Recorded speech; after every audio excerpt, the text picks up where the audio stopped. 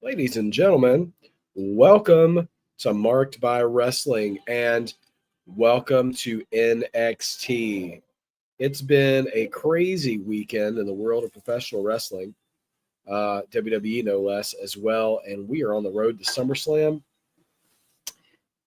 and coming off high of Evolution, Great American Bash. There's a lot to address tonight. So let's see what NXT's got. Sophie, hey, thanks for being here. I would say I'm at about 85 to 90%. You can probably hear my voice is a little bit deeper than normal. Anthony, you're good to see you. Shamanica, what's up? Good to see you. Dossie, I see you in here earlier. Good to see you, my friend. There's a birthday in the chat. Oh, hello, Alexis. Happy birthday yesterday, Alexis. Okay, so we are starting off with a recap of Great American Bash. You know, it's kind of funny, like Great American Bash was a great show, and I'm having a hard time remembering what happened because so much has happened this weekend. I mean, Naomi's the world champion now. Roman Reigns has returned.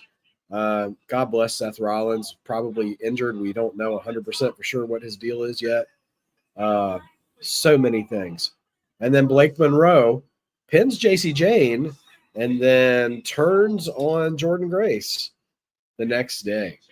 So Inamura and Obafemi having a great match. Obafemi offered to give him a rematch, but Briggs still having beef with Obafemi himself. Justin, hey, thanks so much. Yeah, I'm working on it, man. I'm getting there. Hopefully we'll be all right. Rhea, Io, and Naomi kind of remind you of the triple threat match at Mania. Yeah, I think there's some familiarity with that. But you know what? If it worked at Mania, then let's run it back at SummerSlam. SummerSlam is low-key shaping up to be a really hot card. No pun intended for SummerSlam, but I think it's really going to be really impressive. Darkstate recapping, taking on TNA. Six-man tag tonight with Darkstate and Hendry, Santana, and Trick. So we'll see what happens. So we will see where it comes from. Yeah, we weren't getting Gunther and Jay again. I gotta ask you guys. So I was in and out of the chat because I wasn't feeling so great last night either. But oh yeah, Jasper Troy played a big part in Ricky Saints losing the Falls Count Anywhere match. Since when do gauntlet matches become no disqualification? I mean, I remember when the New Day won a gauntlet match for Kofi to get into WrestleMania, and they won one of them by countout.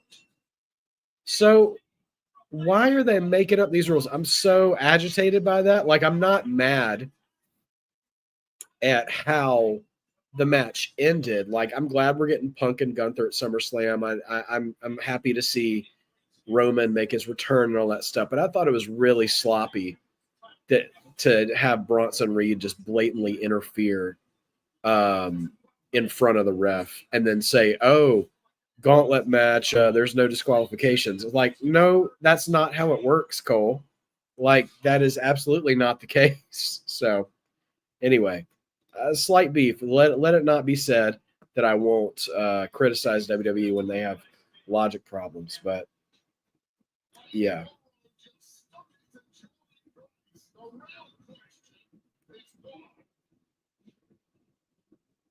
Okay, so here we are. Fatal Influence opening the show. Good. Let's go ahead and get them. Get it over with. Dossie, I think you're 100% right. It's convenience is the answer. It's plot armor, as they call it. You know. All right, guys. I'll try to be good on the mic tonight. I'll do my best, but I couldn't not be around you guys. Man, JC is going to be insufferable on the mic now that she's walked away from beating Jordynne Grace. And I got to say, Blake, I'm interested to see where Jordynne Grace goes from this, because Jordynne Grace was playing her whole gimmick like she was really insecure. She didn't know she belonged here. And Blake Monroe, like,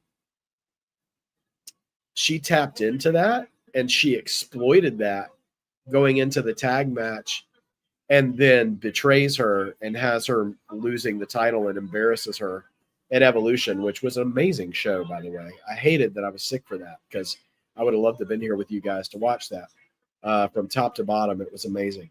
And yeah, so yeah, JC's gonna be. JC does this little Mercedes Moné dance too that like gets on my. She is she a good heel or does she just get on my nerves? I don't know, which is probably an effective analysis.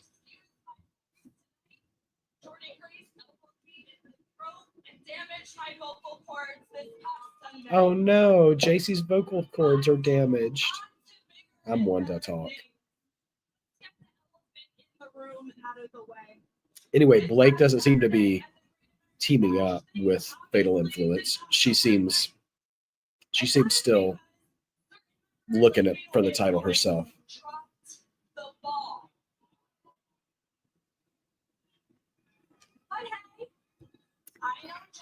Yeah, Sophie, my only hope.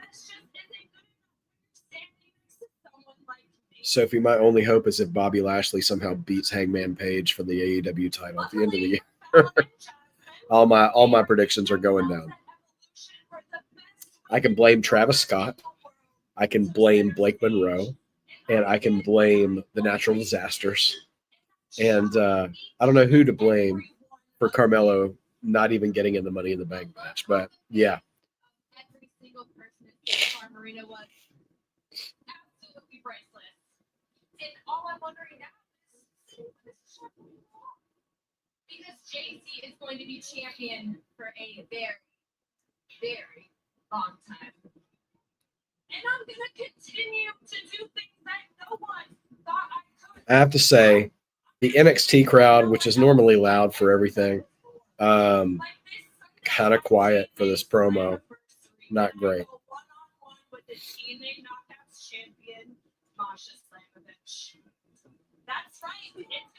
Yeah, here's the thing.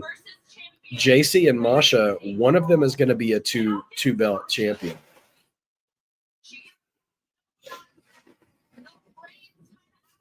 I think Masha might win. I think I could see Jordynne or Blake coming in and costing JC the title. Okay, we have an interruption. And Masha is here. Okay. Ovation for Masha.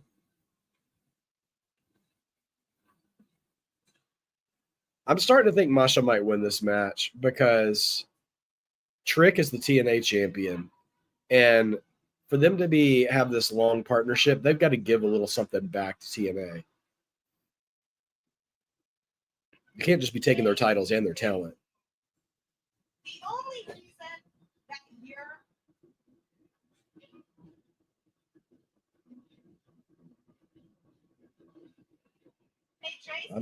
I don't know why she's not talking. This is awkward. Oh, I guess her mic went out. The only reason that you're still holding that NXT Women's Championship is because Blake Monroe smashed Jordynne Grace in the back with that title. You lost on Saturday. Evolution, it took for you to win. So on Sunday, I'm going to shock the entire world of women's pro wrestling when I become the first TNA wrestler to hold that NXT Women's Championship. Okay, well, we'll see if Masha is correct on Sunday. My NXT Women's Championship. And on Sunday, I'll be the one walking out with both championships. Lord help if JC has 2 titles next week. At least JC selling the interruption is great. Hey, ZaRuca's here.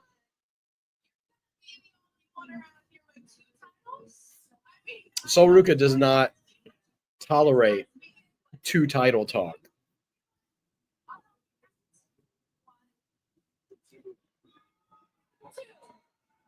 Actually, I've never seen 2 belts worn like that before. Good for Soul.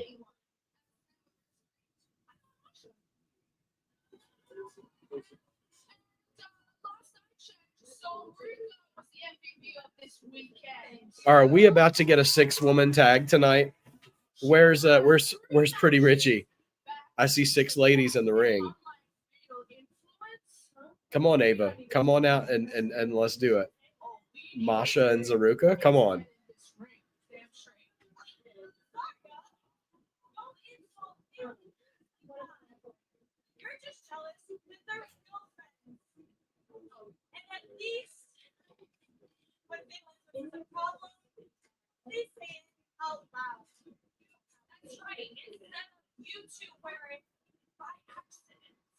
Yeah, it seemed like Raw last night.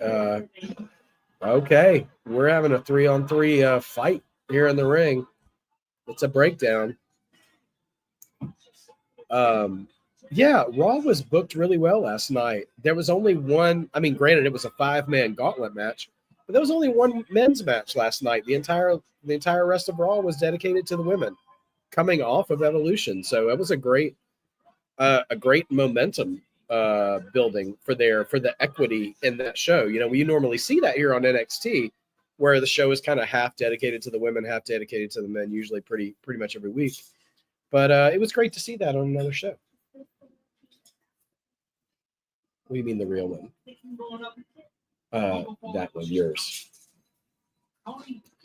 Oh, now we got Tony D'Angelo, who I'll give Tony credit. He threw the Heritage Cup into the river. God bless him for that. We don't need that title anymore.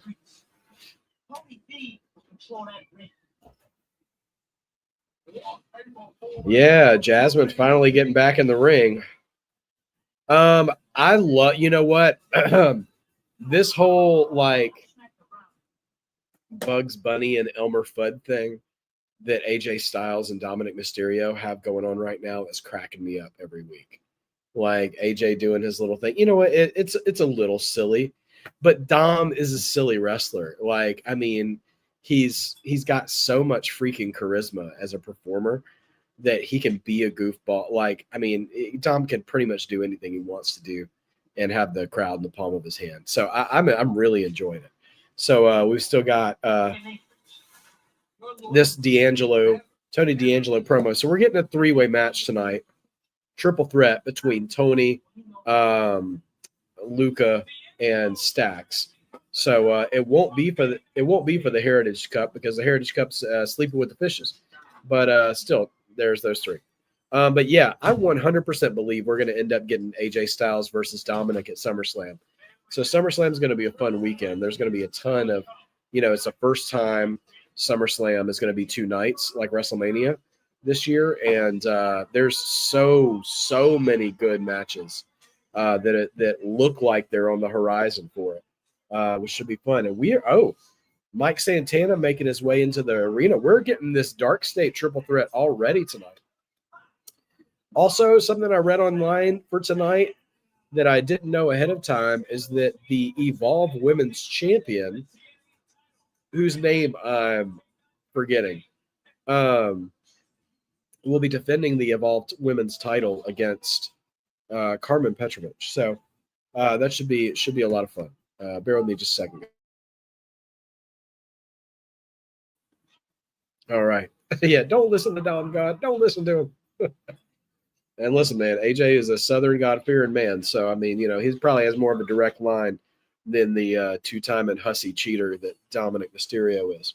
So, all right, now we're on commercial break.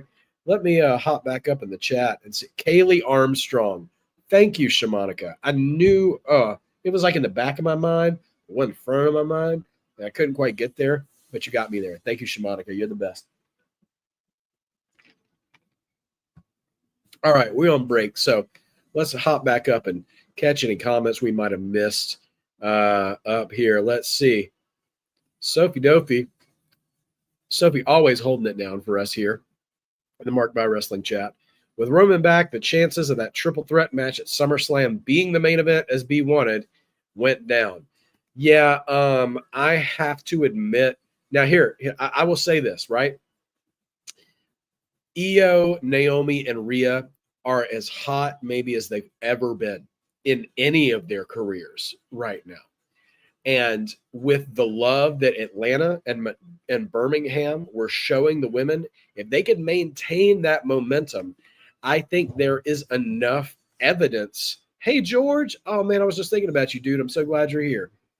If they can maintain that momentum that they had from the Evolution weekend and the build all year, I think they have an argument to be one of the main events. They absolutely will not main event night 2 because Cena and Cody are going to main event night 2. I mean, that's written in stone. I don't see that being anywhere else. You also have CM Punk and Gunther for the world title, which is, I mean, CM Punk did get his WrestleMania main event already, so I could see CM Punk. I could see those two guys honestly playing ball. I could see Punk, of all people, being like, I'll give up a main event slot if the ladies are getting it. But what I wonder is if Roman and Jay are going to end up teaming against Bronson and Braun. And if that's the case, if they try to shoehorn that into the other night main event. So we'll see. All right, let me catch up. We'll see other stuff. Yeah, the Naomi cashing in was really out of nowhere. I still feel like that was probably a little bit of a pivot because of Seth's injury at Saturday night's main event. I'm not taking anything away from the moment because it was still a shock. Sorry, everybody. It was still a shock moment. It was executed perfectly. But yeah, so now as a result of that, I think it's great. And now we're just on the ride to see where they're going to go now, It's funny that Hangman is the only cowboy to win a world championship in 1996. I will always be here for Dallas Cowboys slander. I was raised a Washington Redskins fan before I moved to Georgia as a little boy, so I won't be bothered by that at all. I don't think Naomi moving to Raw messes up any stories. They can absolutely use that no holds barred match as a period on the end of that feud if they want to. They can always revisit it later too. They can always come back and do that. Thank you so much, Mrs. brought me cough drops because she had pity on me and my sad state of affairs. But we are okay. So we are getting a 6-woman tag match tonight. Fatal Influence takes on ZaRuca and Masha Slamovich. So I'm guessing that might be our main event because we're getting the Darkstate tag right now as Joe Hendry enters the arena. I cannot sing it. Sorry. I absolutely believe Jasmine's taking that pin too. Shamanica, you mentioned Jasmine being back in the ring. All right. As Joe's making his entrance, I'll try to catch up a couple other comments. Sophie, what do you think of CM Punk versus Gunther at SummerSlam? At least it isn't Jay versus Gunther 8 or 9. Well, I was really moved by Roman approaching Jay immediately after his return and helping him off the ground. And I'm like, thank you for finally acknowledging that Jay's been holding it down while you've been playing part-time all these years, all these months. I mean, he's looking at Jay as a peer now, which I love that. Punk and Gunther, it's a matchup we haven't gotten yet. We've got 3 weeks to do promos and stuff. So I hope that those guys unload on each other because I think it can be really entertaining. And also Gunther and Punk can both work a style against each other that can make for a really hard-hitting and what do you call it? A dramatic match. I think Punk, as Trick Williams is making his way to the ring now. I think Punk and Gunther are the closest we're going to get to a Bret Hart type of match in 2025 in WWE. I think where the story of the match is in the moves of the match itself. Some AEW wrestlers do that really well. Not all of them, but some of them do. And anyway, so I'm optimistic for that match. And I think people might criticize the build for that match because they're going to be looking for storyline in promos and theatrics. But I think there's going to be more story in the actual match itself with Punk and Gunther, if that makes sense. All right. Dawsey asking, do you think JC will be a champion as a long reign by getting lucky wins? Do you think she'll be a transitional champion?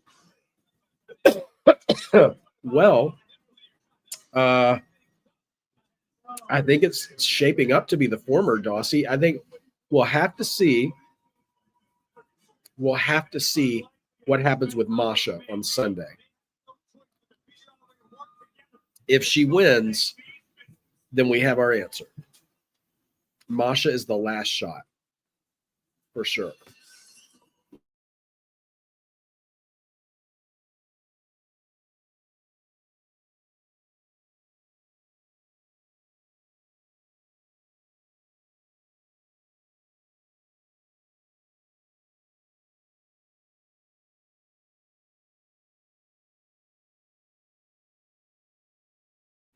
Okay. Sorry, guys. I'm talking too much.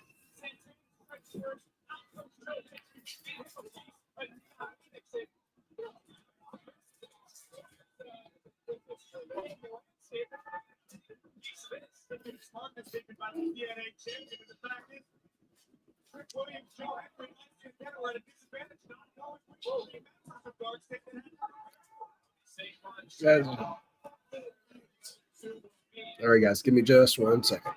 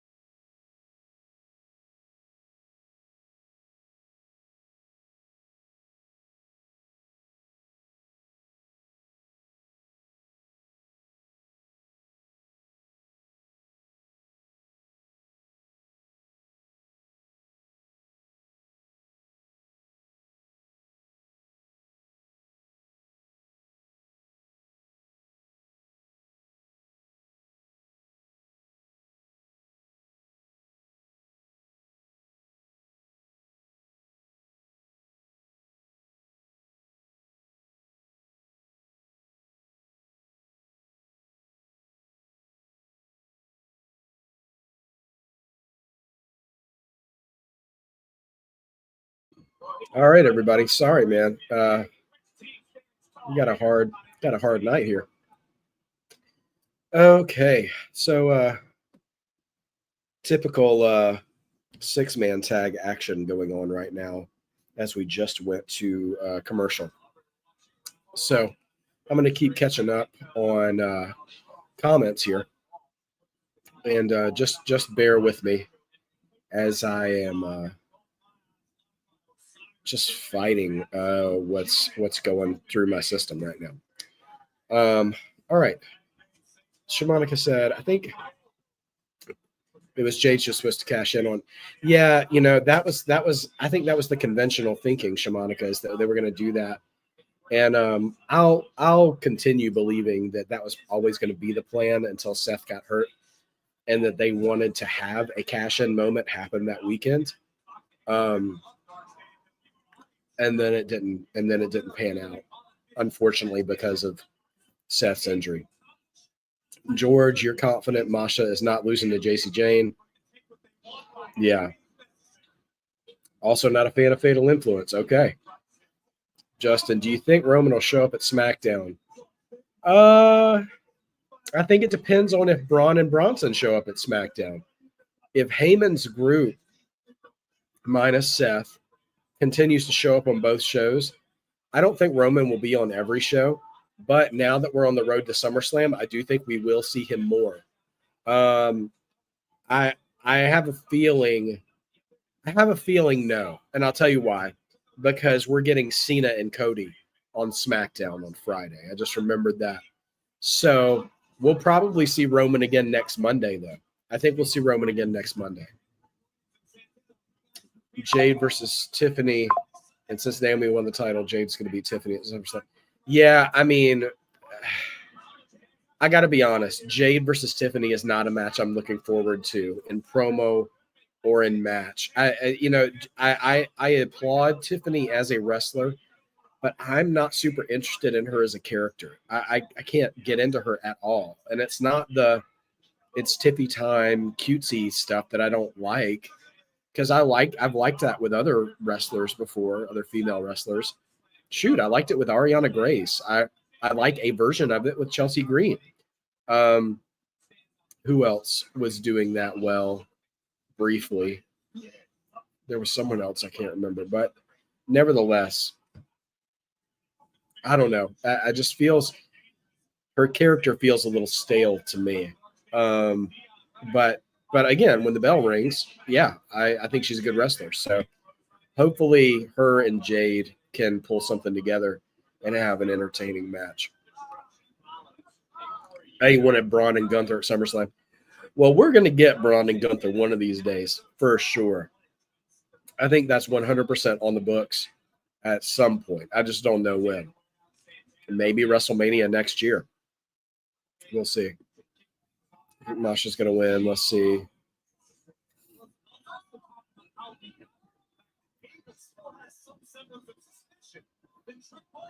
Yeah, I mean, I just think, I honestly think we get Naomi. I think Naomi's done for now, because she's focusing now on Io and Rhea and at SummerSlam. And yeah, Sophie, exactly. Maybe Braun Gunther does take place at Mania 42. I mean, I think there's a timetable for that. You could, I know I've been calling for Sami Zayn to win the Royal Rumble, but Braun could easily win the Royal Rumble too. I haven't even put him into it yet. I think with Seth being out, that really opens up the possibilities for Braun Breaker now, because he's being kind of forced to have to be his own man now at this point, rather than be just the attack dog. And I think that'll end up paying off for him well. Could you imagine if like Triple H had gotten injured while he was running Evolution? George, the first match, this is the first match on NXT. The first segment was Fatal Influence coming out to brag, and then Masha Slamovich came out and basically started jawing with JC Jane, and then ZaRuca came out to back up Masha.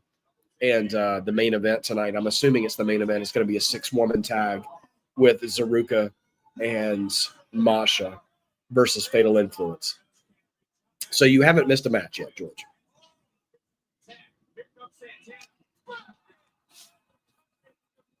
Meanwhile, I haven't said jack about this entire match, so I'm sorry for those of you who aren't actually watching along and are just listening to me cough my way through this live stream. But Darkstate was in control, but we just got a hot tag to Joe Hendry. Joe Hendry's got clotheslines for everybody. His clotheslines are rated E for everyone. But Osiris Griffin not having a lot of impact on him. So he's got a DDT for him instead. Joe said, don't worry, I got you all. You know what? And here comes the big pose, but Shaquan Sugars is ready to catch him. But he eats a fall-away slam too. Call me crazy. I like Joe Hendry, but I think he has been – Joe completely kind of botched his pose. Is Joe okay? Because like the camera was like clearly positioned to zoom in on him, and he turned and he like overturned and like looked off to the left. It was strange. I hope he didn't get clocked or anything. Maybe it was just a mental lapse. But something about Joe Hendry, I'll say this. He might be one of the most over wrestlers with like one of the most basic move sets I've ever seen. And that's not a criticism, because like in the world of Will Ospreays and AJ Styles and stuff, like people have to the TNA boys were getting ready to drop Darkstate, who's on the outside, and Trick came in, and they just both decided to drop Trick instead of including him with it. But you know, the world of Will Ospreays and AJ Styles, I was saying, you know, doing all these crazy moves and innovative moves and stuff. Joe Hendry is just such an old classic, like here's a body slam, and here's a choke slam and a suplex, and like, uh-oh, some kind of siren, something that's going on. The system, the TNA system is here, and they're here to fight. Oh, they're here. They're jumping Darkstate. I don't know who this system is. I don't watch TNA, but I see Brian Myers. I think that's his name, right? It used to be Hawkins, Kurt Hawkins.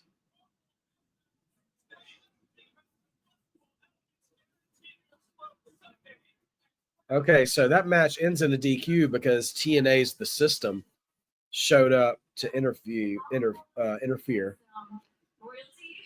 Ariana Grace, here she is, like someone who actually I enjoy as a pretty girl character.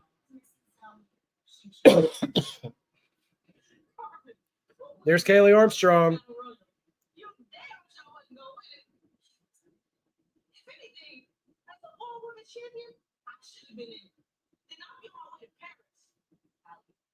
Okay, you're feeling yourself. You're your first successful title defense. You beat Natty. Congratulations. Since you want to come in here and put your mouth, why not talk to Ava and I can take that title off you? Oh, this was earlier today. So this is the lead up. Teflon Don, hey man, I'm hanging in there. I'm probably about 85 to 90%, if I'm being generous. But man, I couldn't stay away from you guys. I wanted to be here for NXT. Too many exciting things happening this weekend. I couldn't miss out on another night. But now we got the Evolve Women's Champion, Kaylee Armstrong, defending against Carmen Petrovich tonight. So this is going to be our first look at Kaylee Armstrong, and she's giving us a look already. Okay. Unless you guys have watched Evolve. This is my first time seeing Kaylee. I like her already.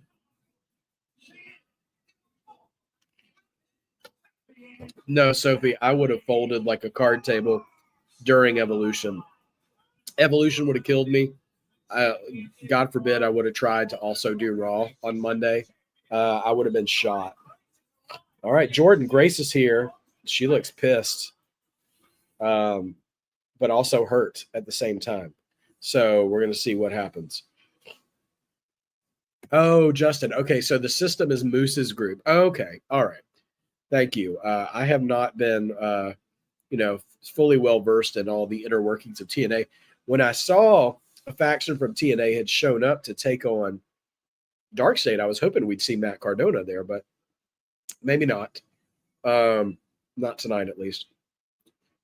Do you think we get Trick and Darkstate versus the TNA system and Mike and Joe?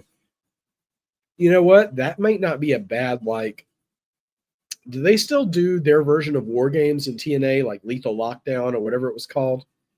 Do they still do that? That could be fun for TNA. That could be cool. And also Trick Williams is continuing to like deny that he's not really, like that he's connected to Darkstate. But he's getting more and more like conveniently not attacked by them. Back when we were all theorizing that he was like the secret leader of Darkstate months ago during the world title feuds with Obafemi and Javon Evans, he got attacked then, but he hasn't been attacked since, and all the other people have. So we'll see what happens.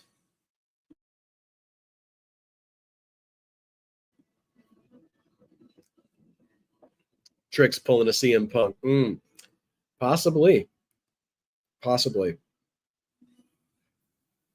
Yeah, I mean, obviously Jordynne is going to want a piece of Blake Monroe. Absolutely, that's where she's going to head next.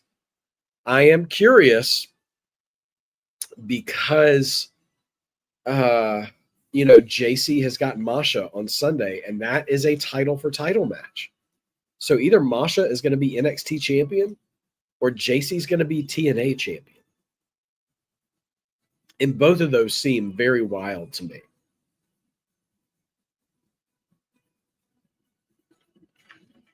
Because Masha has not really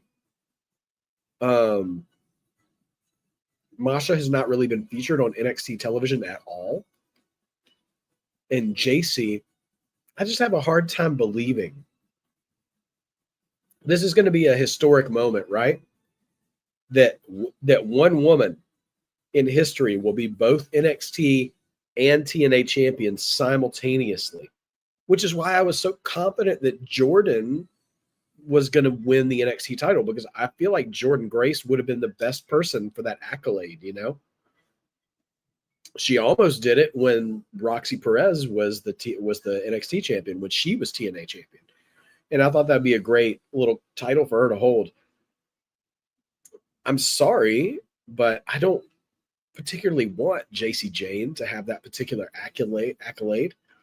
And Masha Slamovich being the one who does it too they're both very strange options to me. That's all I can say. They're just both very strange scenarios. And it's going to be one of them. So we'll see what happens. Yeah, I mean, I feel like there will be interference. Is there a possible way that match goes to a no contest or some kind of double DQ or something? I don't know. I'm sure it's not going to be a clean match. I feel like Blake or Jordynne or maybe a TNA knockout. I don't know. People are going to get involved in that match. I mean, it's possible it could be a no contest, which would be a really unfortunate bait and switch. I don't like them teasing something like a title for title match and then having a cop out. If you're going to advertise it, you should deliver on it. But man, with those two ladies, it just seems like very strangely low stakes. And like, I don't know. What if WrestleMania 6 Hogan and Warrior instead was, you know, Sergeant Slaughter and the Texas Tornado? Like, I mean, sure, they both still have fans, but really? That's what we're doing? I was just looking over at my Hasbro toys. I was trying to pick 2 mid-carders instead of 2 top stars. But yeah. 1 second, guys. Got to go on mute.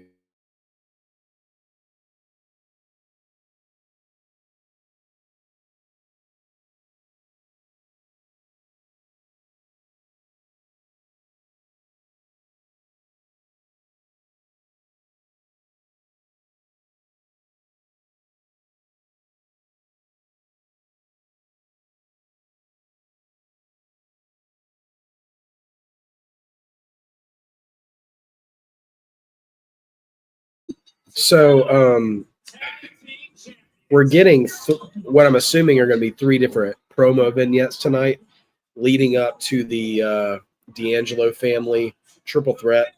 We've already had one with Tony, and this one is with Stax. So I'm sure we'll have one with Luca before the night is over with and see where it takes us from there.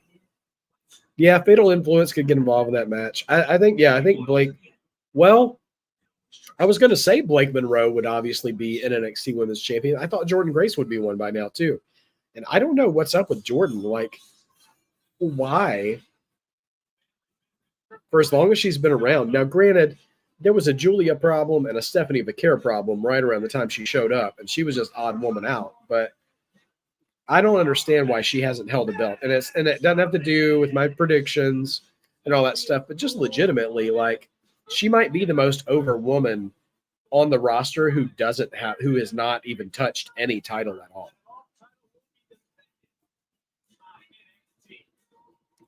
Here comes Carmen.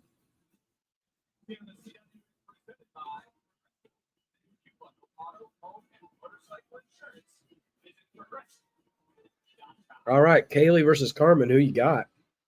Leave it in the chat. I feel like this is going to be a sort of an exhibition for Kaylee.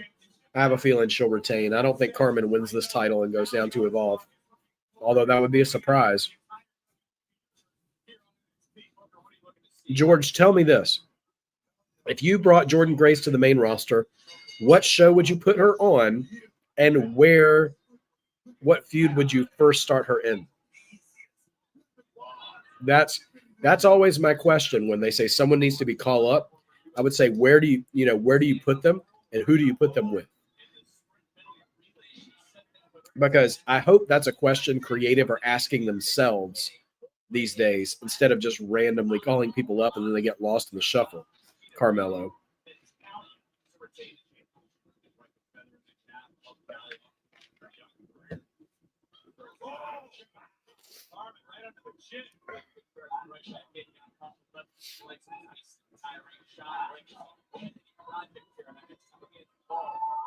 Okay.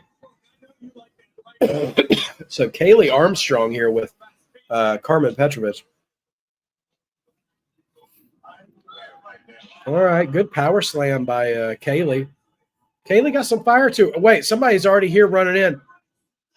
Whoa, Jordynne Grace is here to ruin this match. And she just hit a spinning back fist on Kaylee Armstrong. She is raging out. She's just picked up Carmen Petrovich too. She just ruined this match. Jordynne Grace is here. She's here screaming for Blake.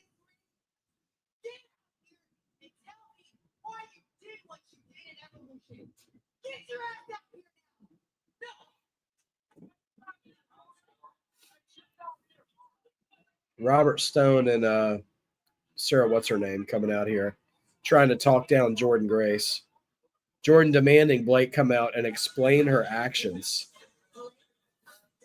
Oh, we're getting oh my gosh, we're getting a little newsreel made by Jordynne Grace, made by Blake Monroe.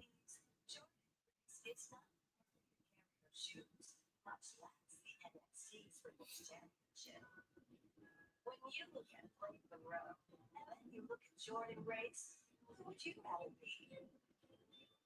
Yeah, she thought so. Oh.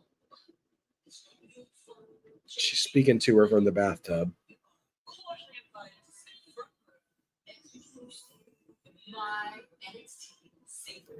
Okay, Blake is having her singles debut next week.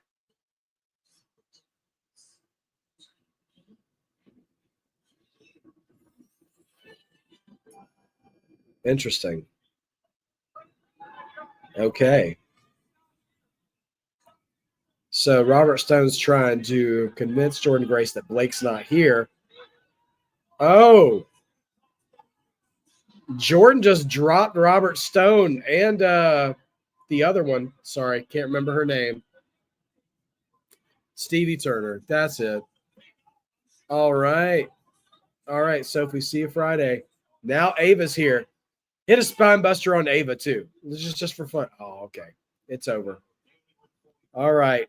The Undertaker's LFG team is here. Sunday night's gonna be big, but next Tuesday, Coach Undertaker heads home to Houston for NXT.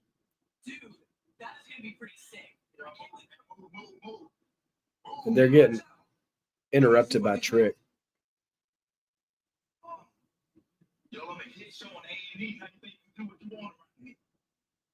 Newsflash. When you're tricking a champion move, I suggest when they're feeling froggy, we can jump right now. Jesus, all back. Don't hurt yourself though. I suggest you ask Undertaker if it's a good idea stepping to Trick Williams or not. Man, you're wasting my time. What takes see none of y'all know me.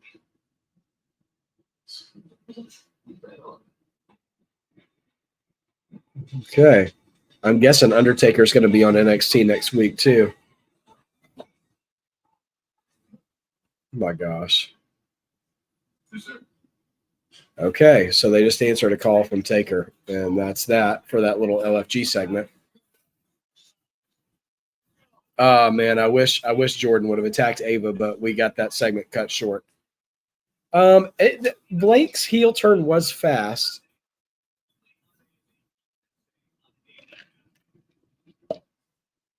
And I'm not going to say it wasn't a heel turn. But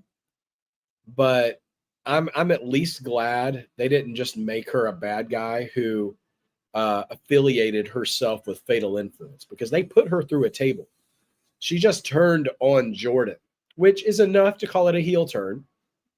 But I'm just glad she didn't become generic heel. She seems to have something specific in mind, at least. So there's that.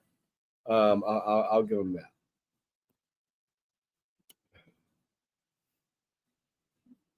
Me and Rashizi, sorry, I didn't quite see you there earlier. We were watching that segment.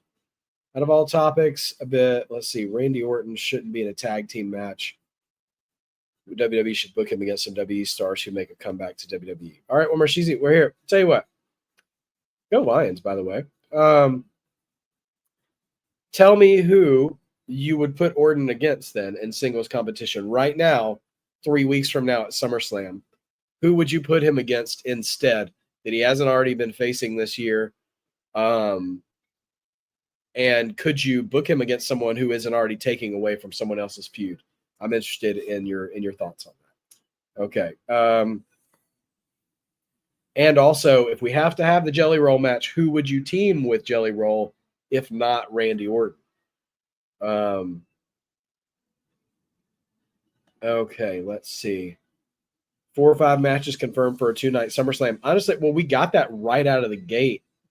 Sophie, the night after Evolution. I mean, even before that, because we had 2 matches confirmed by the end of Night of Champions, and then we've got like 3 more. So there's that. Oh yeah, that women's triple threat is going to be amazing. Yeah, Undertaker will be on NXT next week. All right, Mod Father's here with our question of the week, everybody. Pencils up. Write down your answers. Who would you rather see in the ring one time? Eddie being involved with Dom and Ray, or Bray Wyatt being the force and ringleader of the Wyatt Six? Teflon Don, this might be, for me, the easiest question you've asked. Eddie, hands down. And that's nothing against Bray. I think I've just seen I miss Bray, and I wish he was still with us doing his stuff.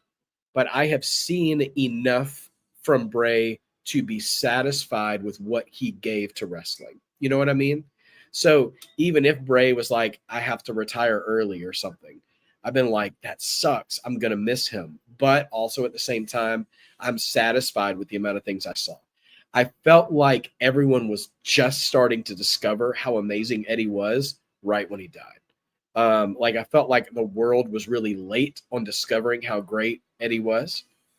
And also the sort of spirit of Bray, the invisible spirit of Bray being the central part of the Wyatt Six is kind of what makes it special to me. And Eddie somehow being around, even if he wasn't active in the ring, even though you did ask in the ring, even if he was just still alive and backstage, like an uncle at a cookout, who is, kind of like what Carlito did. Honestly, what Carlito was doing to Dom back when Dom was getting into little shenanigans and stuff. Not taking spears and stuff or anything like that, but just being like, hey, looks like you got yourself in a situation there. Like whatever. I would love to see Eddie as this sort of mentor who's probably not good for him showing up. But at that point, he and Ray's feud has cooled off. And Ray even being like, dude, please, I've got my hands full with him already. And Eddie just, laughing it off like Eddie would. I would 100% be there for Eddie. So that's my vote. All right. Jasper Troy talking to Ava. Well, Ava's doing the talking. North American title match was the wrong choice.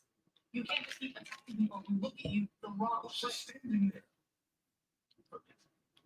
I know you want LFG and you want to keep that momentum going, and that's fine. But you're an NXT now. So if you want to prove yourself, you can do it in the matches that I dictate for you. So I was just minding my business and needed to strip Ricky in as my territory. The way I see it, he got what was coming to him when I seen him on that case.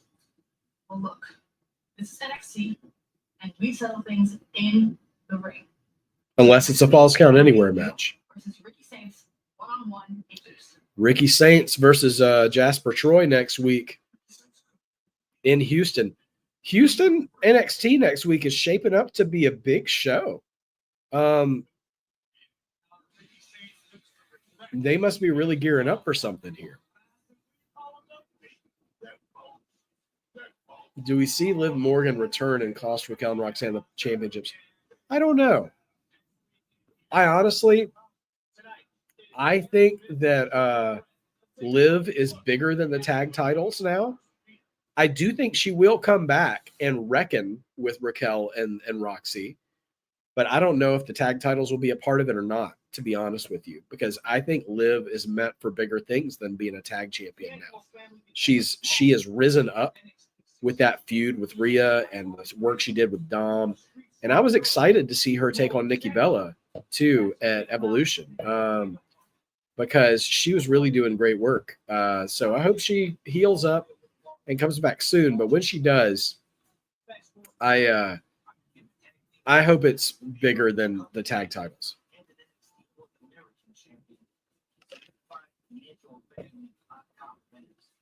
Oh, Jasper's definitely salty. And honestly, I would be salty if I was Jasper too for getting chastised by Ava, because in his defense, he was minding his own business. But when that Falls Count Anywhere match came into his space.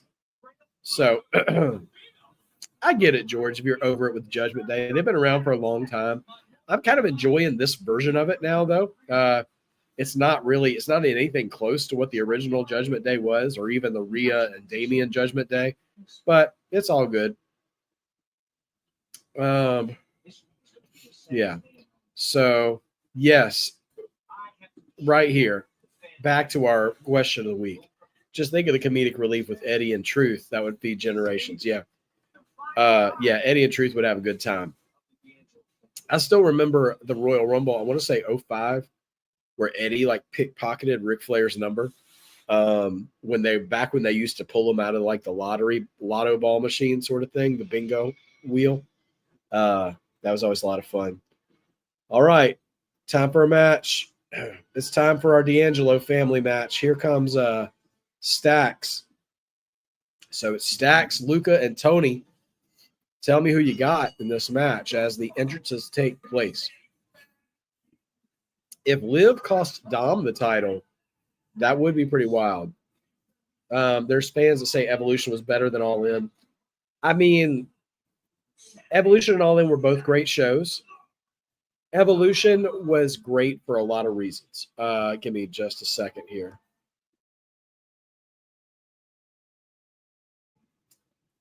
You bring up Rizzo, George. I wouldn't be surprised if she has a factor in this match.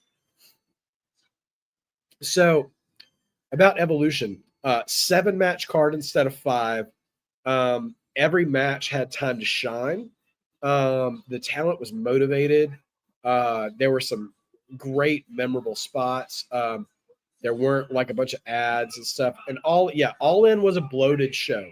Now, there were really good matches on that show and some really big moments on the show. And I feel like if you're an AEW fan, All In was probably everything you wanted it to be. And if you're a WWE fan, then Evolution probably exceeded your expectations.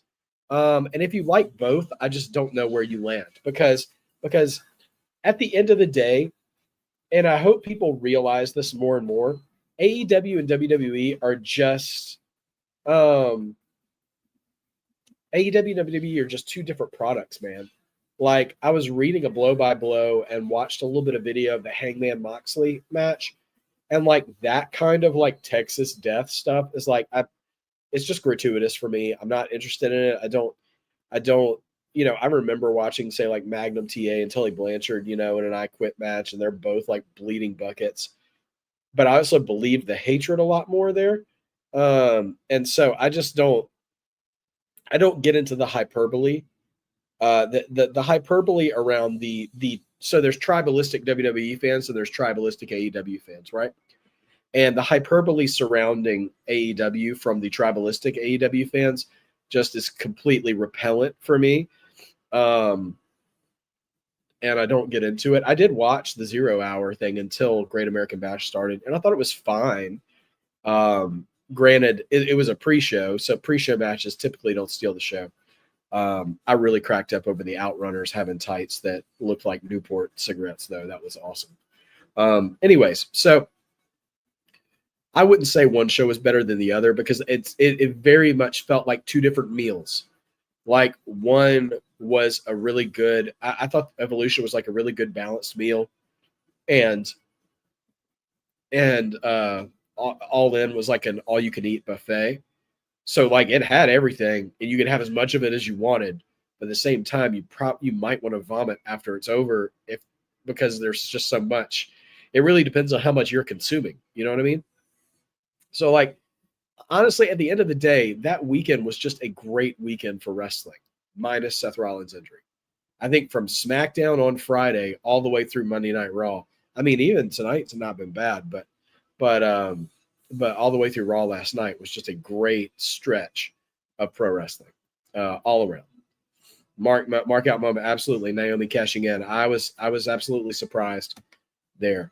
All right, so I've missed a couple of comments. I'm just gonna come back through. I think I saw Shamanica say a couple things. You said Jelly Roll and Damien. You would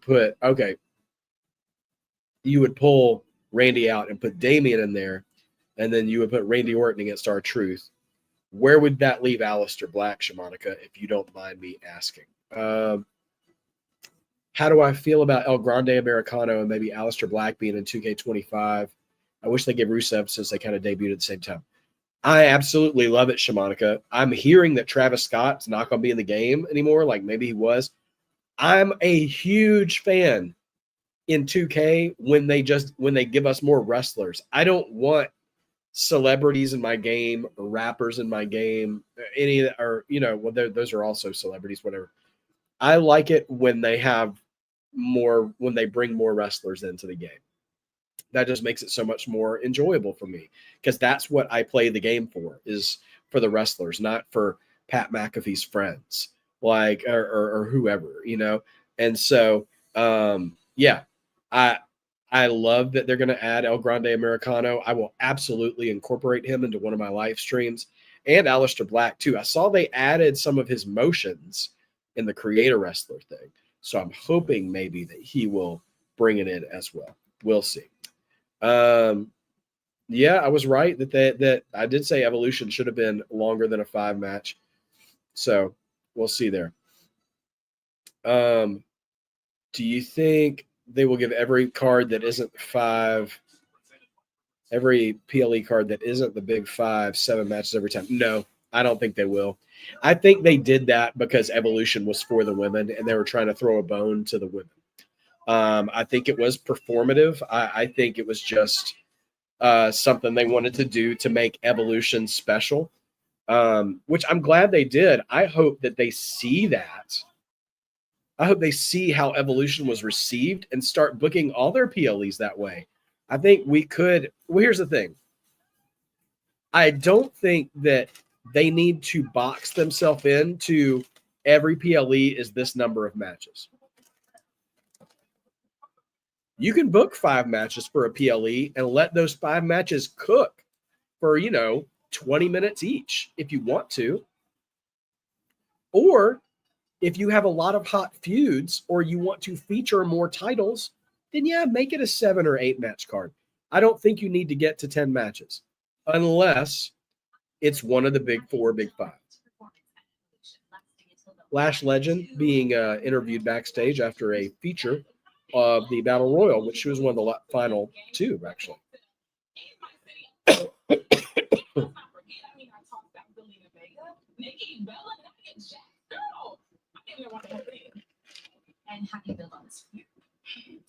Shamanica, you and me both on the Pat McAfee DLC, man. No. Anthony, they have not announced a new Evolution. And I'm one of the people who thinks Evolution shouldn't be every year. See, what's crazy is that you're not the only woman from NXT that made an impression in that battle royal. Oh, Jada's here to interrupt. Future Hall of Famer Natalia, okay, and not the old crowd chanting Lightning. So if it's anyone that's going to confront Macho or JC in Houston, it's me. Clock it. All right, well, they're already arguing about who's going to challenge the new champion next. Anthony, I think that's a good call every other year, because at the end of the day, and man, I hope I don't catch heat for this, but knowing WWE's track record, whenever they book a gimmick PLE and they make it an annual thing, it loses its specialness. Like, think about when TLC became its own show, or when Hell in a Cell became its own show. And like, I don't want people to be necessarily looking ahead to Evolution or being like, oh, well, we have to do a thing for Evolution. I like there to be a little bit of a demand for it, and making it special, you know? And also, instead of by making it every other year, maybe they could actually just treat the women better every week. Like what they did on Raw on Monday was great. Hunter should talk to Sean about how to book the women on the shows, because NXT does a great job of just an equal balance between men and women, men and women's divisions every week on their 2-hour show. And so between Raw and SmackDown, they absolutely, sorry if you see the light coming in, channel mascot over here is trying to patrol the neighborhood. Hey, what do you see? Someone walking a dog? Is it okay? Come here. All right. He doesn't want to come all the way up. But anyway, yeah. So like make it every other year and just book the women better on your shows you already have. I did not see what Triple H said about Evolution. I did not watch the post show, so I didn't hear any of that.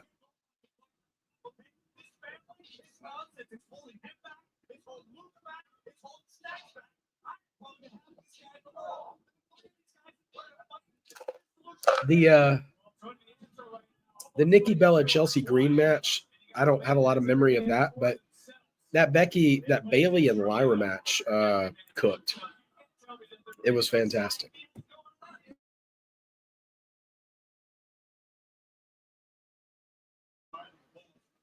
So, yeah, George, I think Fatal Influence probably loses the 6-woman tag. But also, if Fatal Influence wins, I think that could mean a good thing for Masha on Sunday. We'll see what happens.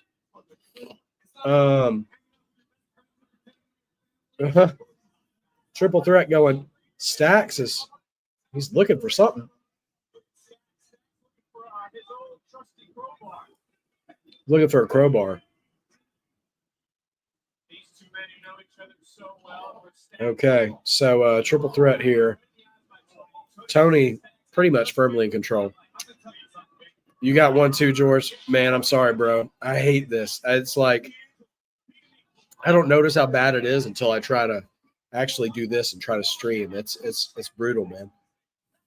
So now Juice Robinson. Yeah, Juice Robinson returned at the what do they call it? The Casino Gauntlet? Is that what the match they called it at All In? He did look like Bo Dallas, man. He's one of the few. I mean, I never want to shave this beard. I really don't. The way a man changes his look when he loses his facial hair, it's crazy. I remember the first time I saw Rick Rude when he had shaved his mustache. He looked so weird to me. So yeah. Sophie asks, do you think they will give the women the same amount of time on SmackDown like they did last night with Raw? I really hope so. I really hope so. I really want that to be the case, because SmackDown's got Julia and Zelina and Charlotte and Alexa. I mean, who I loved how they handled Charlotte and Alexa. Can I tell you, I love Charlotte more now than I ever have, because their little like sister bickering thing they're doing, I think is perfect. Like, because they're both like so confident in their own skills, which they should be, both of them. But man, their dynamic is perfect right now, Charlotte and Alexa. So I wasn't really hoping for them to win the titles, but I'm here for their little dynamic, and I hope they ride with it for a while. Shamanica, you went to All In from 12 to 8. Ooh, that is, man, Shamanica, that's a work day. I hope they paid time and a half, man. That's a lot of investment. I hope concessions were cheap, because that's a lot of time for an event. It makes me think about going to my kids' track meets and stuff when they were in high school. Man, Just that's some all day stuff. Even when you're enjoying yourself, it's tough.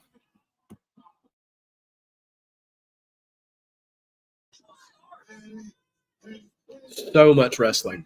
It was a lot. I'm still a little hungover from wrestling, if I'm being honest. So if I'm being honest, I actually don't mind the sort of mid-range quality of NXT tonight. It's I never want to call NXT missable, but it doesn't feel like can't miss tonight, and I'm okay with that because we can just all still vent out all the feelings we've had all weekend long, Yeah, well, Sophie, they 25 minutes. They have 25 to 30 minutes less for SmackDown than they did for Raw. And that Bayley Lyra match was 2 out of 3 falls. So don't have a 2 out of 3 falls match. Just have a regular match. And you can still feature the women for half the show. You got enough women to do that. So, yeah, I never noticed how Jeff Cobb, JC Mateo looks a little like Bo Dallas too. A little thicker Bo Dallas. $50 for 2 burgers and fries. Oh, those are some LA prices, man. That's crazy. That's one thing I'll give credit for Atlanta, dude. Mercedes-Benz Stadium, it might cost an arm and a leg to get in there, but you can eat cheap. It's like a Costco concession stand in there, man. Like you can get a ton of stuff for $20 at concessions in Atlanta. So at least there's that. I mean, that at Mercedes-Benz Stadium, not where they were actually at for Evolution or Saturday Night's Main Event, not at State Farm Arena, but still better than nothing. Oh, man, that's right. Cardi B is hosting SummerSlam. I forgot all about that. I'm kind of surprised we haven't heard from her in any way. Granted, it's just the build for SummerSlam just pretty much started last night. So, yeah, we'll see. A Pokemon evolution. Oh, that's funny. Bo Dallas to JC Mateo to Juice Robinson. That's funny. Oh, that's good.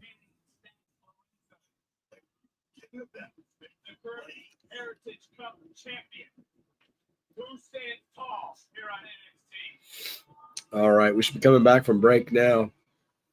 And I kind of feel for the D'Angelo family because we are kind of here on Wrestling Hangover tonight for NXT. And these guys are going for it in this match. But, man, I'm honestly the only thing I'm really interested in this match tonight, part of it is probably just the sickness talking. The match isn't bad at all. I'm just really more interested to see if Adriana Rizzo shows up and if she aligns with one of the 3 of them. I'm curious if that shakes out to anything. Because Stax didn't come out with his crew. So, yeah.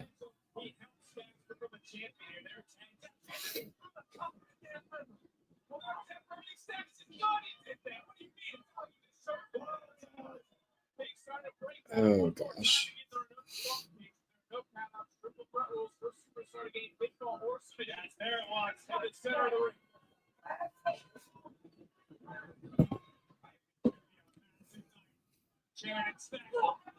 Oh, my goodness.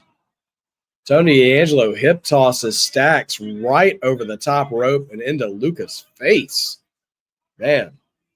Yeah, if she comes out, well, that's what I'm interested in. If she comes out, what will she do? Does she really Stax going under the ring looking for something? Crawling away. Just legs sticking out. Always got the crowbar. Swings. Did he hit him? No, he missed. Oh my gosh. Tony just face firsted to the steps. And now here comes Stax. Oh, he didn't pick up though. Kind of a stomp, but with a knee instead of a foot. Only 2 on Tony. Luca's still outside. Crowbar's in the ring, by the way. Okay. So cards on the table, Justin. I was medicated when I watched Evolution. So I'm trying to remember. The triple threat was really good with Becky and Lyra and Bayley. The finish was freaking amazing. Becky's reversal into the backslide was awesome. And I thought every match was good, but I started falling asleep during the Io and Rhea match, and because I could feel myself falling asleep because of my medication, triple German suplex from Tony. Goodness gracious. Because I could feel my medication knocking me out, I started skipping through Io and Rhea until there was about 5 minutes left, so that way I knew I wouldn't miss the very end, the finish of the match, so at least I caught Naomi's cash-in and stuff. But then I saw more highlights either this morning or something from a video package, and without a doubt, Io and Rhea tore the freaking house down. Like, I didn't remember much of that when I saw it, but just from what I saw and what I saw after the fact, I honestly kind of want to go back and watch that match again because those two make magic in the ring, man. They're fantastic ring partners together. And honestly, I would throw Bianca into that mix too. Because she works well with both of them too, at least with Io.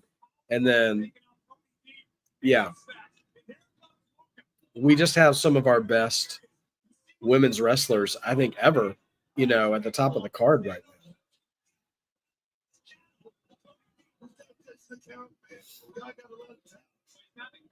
And also, it was announced last night that at Clash in Paris, Stephanie Vaquer is going to face the winner of Rhea, Io, and Naomi at SummerSlam.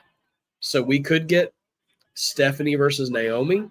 We could get Stephanie versus Rhea, which would feed families.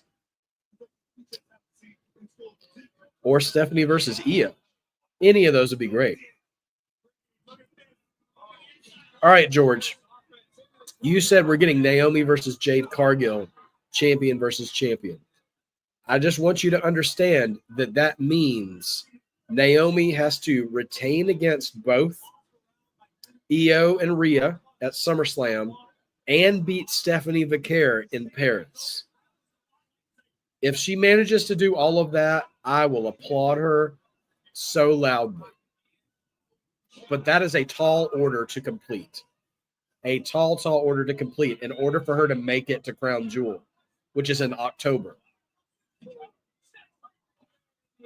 Because right now we still have SummerSlam and Clash in Paris, let alone any TV matches between now and then before we get to Perth at Crown Jewel. So, yeah. All right, Stacks is crawling to the crowbar, but Luca has stopped him and yanks him out the ring. Now Luca's grabbing the crowbar. But it's a triple threat. It's no DQ. Swing. Oh, no, he doesn't get a chance to swing it because Stacks rams Luca into the ring post. So, George, who do you think Naomi drops the title to? I'm going to say this right now. Oh!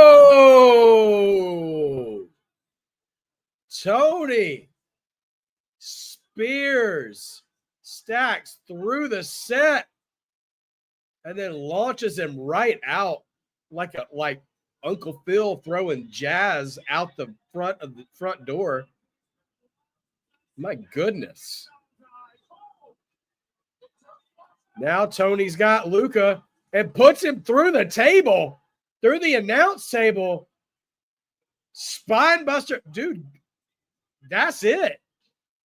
Tony wins emphatically. I think running through walls just wakes up Tony D'Angelo. All right, Tony. Tony put an emphatic period on the end of that sentence. He said, "You're both dead to me, and I'm going to be the one who kills you." Dang. Go, Tony. I wasn't expecting Tony to win. If I'm being honest.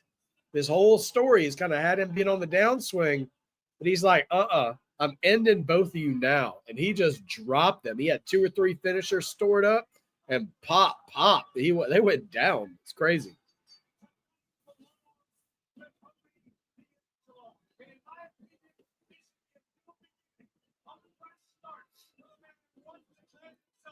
But George, to your point about Crown Jewel, if you are correct, and we get a Naomi versus Jade champion versus champion match, at that point, knowing that it's going to be non-title, Naomi better win that freaking match. I don't want her having a Rhea Ripley, Io Sky story of I can't beat Jade. I don't want none of that. Recap last week of Tavion Heights falling through the steps when he was fighting Charlie Dempsey, and Ren Sinclair throwing in the towel during that match. Tavion Heights still has not been released from the No Quarter Catch crew as a result.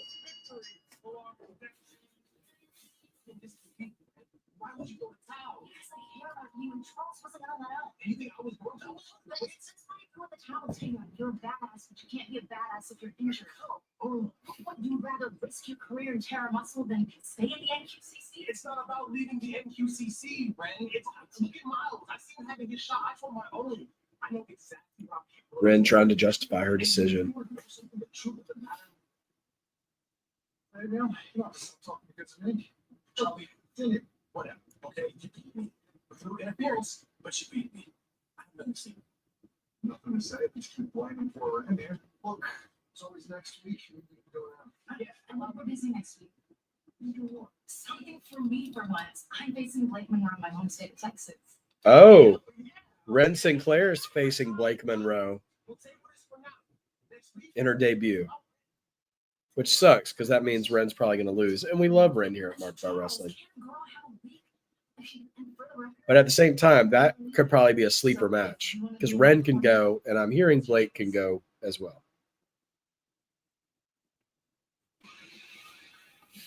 All right, there's Josh Briggs, who we discovered is very deceptively tall. He is a big dude, and I think he's got something to say to Obafemi. I don't think Blake Monroe loses her debut, her singles debut.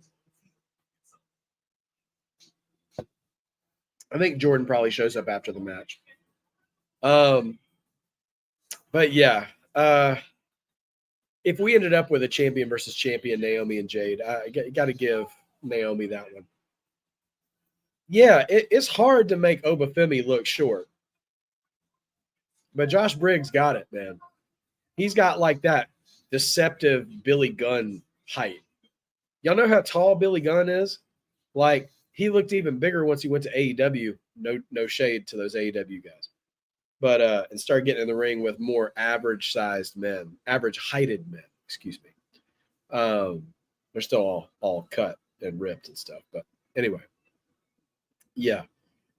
Billy Gunn is a tall dude. He was like Hulk Hogan, almost Undertaker height. Like, and you just never think about it when he was like pairing up with all them. Whoo! Well, this is the pay the rent question. Who does Obafemi drop the NXT championship to? I mean, I, for one, am really enjoying his sort of take on all comers. I'm more interested in having a hard-hitting match than some big theatrical story match reign that Obafemi has right now, like his Miles Bourne, his Trick Williams, his Inamura. It's like, who did he just fight? And I was so crazy about it. The Inamura match, like all that stuff. Femi is putting on such a show with everybody, and I'm just not sure who he should drop to. Again, I don't think that he should drop the title until the main roster is ready and has a plan for him. Even if that plan is we're going to sit you down for 3 months and then we're going to build you up and debut, whatever it is, as long as there's an actual plan to execute and they're not flying by the seat of their pants. And at that point, you could book anybody to beat him. I think it's kind of like what they did with Stephanie the Care, is that she was taking on all comers. I mean, it was a very concentrated, short amount of time. But then once they were ready to call her up, they just put it on JC Jane. And so, like, that's the thing about NXT, is that they could just book a story real quick they want to do and have a means to have her move on. But with Oba, he's been such a mythical creature in NXT because he was unbeatable. Actually, it's just occurred to me. After we saw that triple threat match with the D'Angelo family, Tony D'Angelo is the only one who has beaten Oba Femi one-on-one when he beat him for the North American title. I think if that's the end of his beef with the Stacks and Luca, unless they run it back one more time or something at No Mercy or Heat Wave or whatever's next, call me crazy, but Tony D'Angelo has never been NXT champion. I think let Tony be the one who also dethrones Oba Femi. You're going to have to book him carefully, but you can do it. Even if Tony has a short reign and it moves, and that way you can move the title off of him to anybody at that point. Ethan Page, Ricky Saints, Javon Evans. But yeah, I think you already have a story to make it Tony, because Tony's the only one who's ever gotten one up on Oba. Everybody else has always given him a fight, and Oba does a phenomenal job of selling that fight. But I think Tony's the guy who does it. And it doesn't have to be like JC Jane, where she's still got the title even now. But I do think he would be the one to dethrone Oba Femi. And you play it off the fact that he's beaten him once, he can do it again.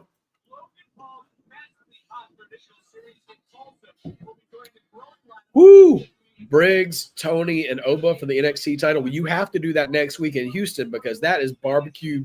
That is beef, baby. That is meat on meat on meat in that match. That is quite a suggestion, Justin. And I'm here for it. I am here for it. All right, we are back, plugging a bunch of podcasts. Okay, so we get the Oba Inamura. Oh, man, Briggs tried to cheat. He tried to pull the old Blake Monroe and help Inamura, but Inamura says, I don't win like that. What are you doing? Ends up costing him the match, and now Briggs is here with a mic. Let's see what he's got to say. Briggs went tanning today. He is getting booed pretty loudly, too. NXT crowd is like, you ruined our banger.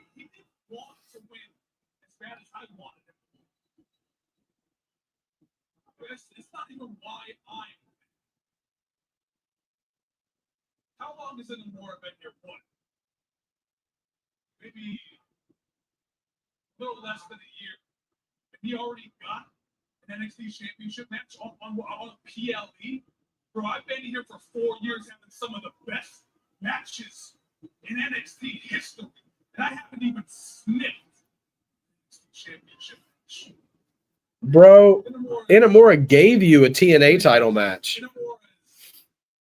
He's too nice. Briggs, I think Briggs would be a really good quiet enforcer for someone else's faction on the main roster.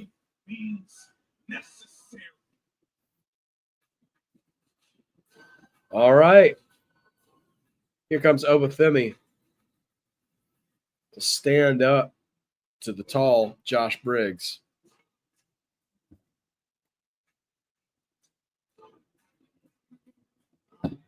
Shamanica, Briggs being in the culling would be interesting, since Jensen was there before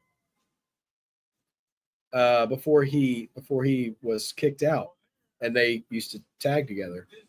champion, who Grace, as you just pointed out this past Saturday, defeated Inamura. As Inamura wanted to But I think we will get Inamura and Briggs at some point, for sure.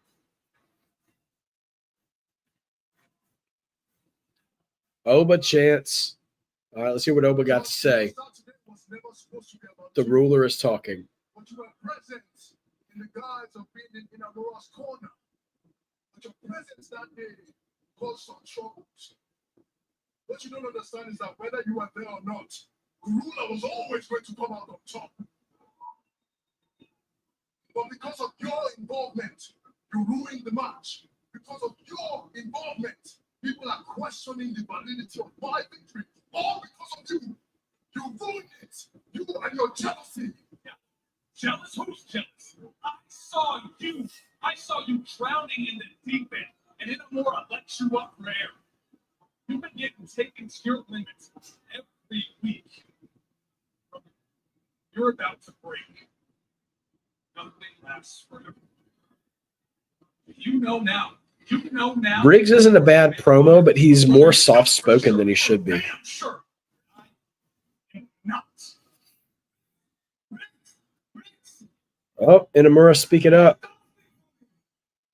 Says, you don't speak for me. What am I doing? I'm doing what you should have done in the past. We already know that Yoshi deserves another title opportunity. But you, Josh, you don't deserve a single thing. No. The only reason you think he deserves... Oh, no. We're getting this again. Could we stop putting the Asian person between a black person and a white person? Like, this is literally Bianca, Rhea, and Io, the NXT male version right now.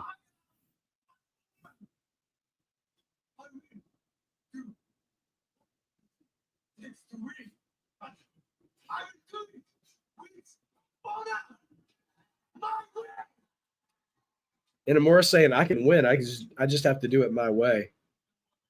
You know what, buddy? Since you're so confident, how about this? Next week at Houston, triple threat match for the NXT Championship. Yeah, hi. Briggs challenged Oba to a triple threat next week for the title. Is this what you want? Whoa.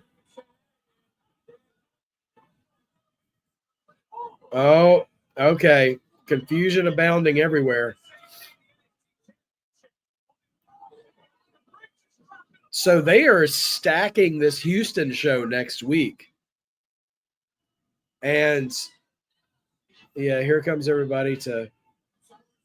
So we're getting Oba versus Briggs versus Inamura for the NXT title. We might get it next week, you guys. I know I said Tony D'Angelo needs to be the guy, but maybe it happens next week.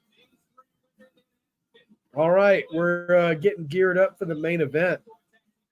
6-woman tag match coming up after the break. It's about to be main event time when we come back from commercial break. But yeah, Justin, that's it. We're getting a triple threat. We're getting Briggs, Inamura, and Oba. And yeah, so it's pretty entertaining. I was scared we were about to do another Rhea and Bianca and Io pushing Inamura out of the way thing, because we did that like so many times in the past few months. But no, they played it off fine. So that really, I gotta tell y'all, man, like they're trying to make next week seem like a really big deal. And it is Taker's hometown. Well, Undertaker's going to be there. You saw Trick Williams kind of have beef with Undertaker's LFG guys. We've got Ricky Saints versus Jasper Troy. Who knows what all? We got Blake Monroe versus Red Sinclair, and Blake Monroe's debut. We're going to have a triple threat NXT title match. We might. There's a guys. I'm not gonna make any predictions, because I'm bad at that, apparently. But we might have a shot at a title change.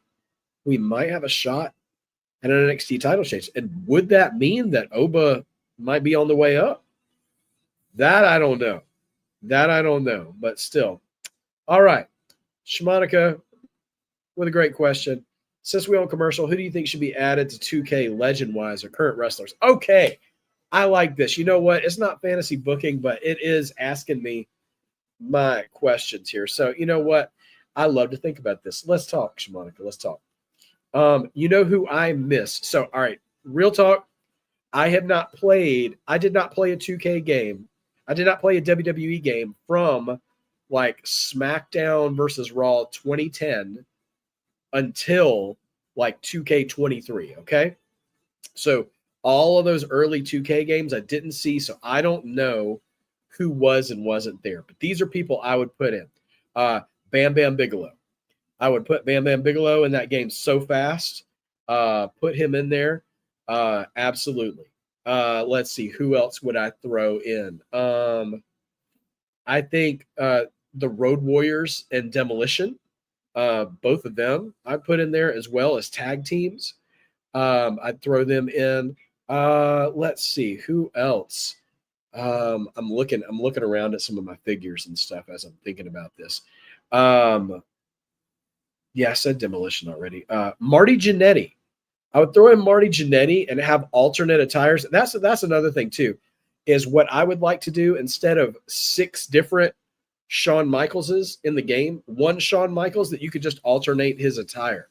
So you could play as Rockers Shawn Michaels or early HBK Shawn Michaels or even, bald, never should have come out of retirement Shawn Michaels.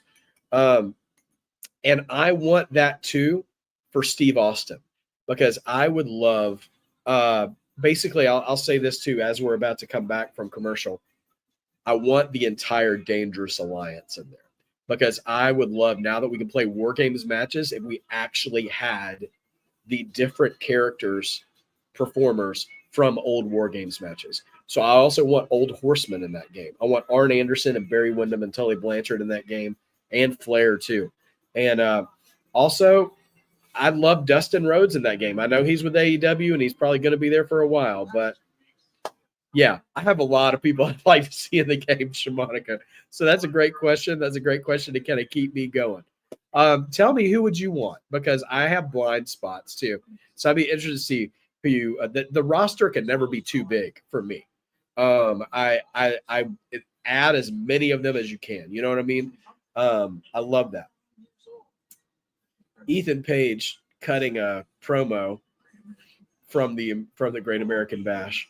But yeah, please, guys, actually everybody in the chat, but Shimonica, since you asked the question, I do want to hear your answer. Who would you add to 2K? And anybody else, is there somebody missing from 2K that you'd really like to play as, that's either never been in the game or you'd want to see today, currently or from past years? Now, I mostly think I'm ready for celebration. Just not because of the fickle people of Orlando, because I truly can't think of a better place to celebrate such a huge triumph in the heart of America.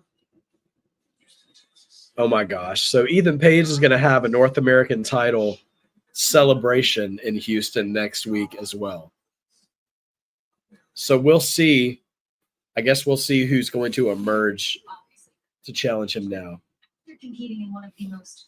And now here's an interview with Ricky Saints. Let me put it this way: a lesser man wouldn't even be standing. When I came to NXT, I told you and everybody that I was going to be the man around here. And the only way to do that is to show up and show out every time. And I did that on Saturday. And yes, Ethan Page, she's retained. But that is not without me mentioning you, Jackson Troy. You picked the wrong place. Basically, Shimonica, to put a period on the end of that sentence about who I'd want to see in 2K. If there's a belt in 2K, I want just about every possible champion that held that belt in the game. That version of the belt, I should say. is at except for the hardcore title. That's just asking too much. And the 24/7 title. That's a little too much. But all the other ones, though, I'd love to see it.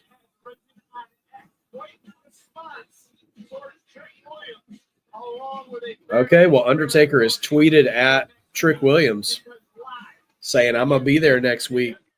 Stay out of my yard.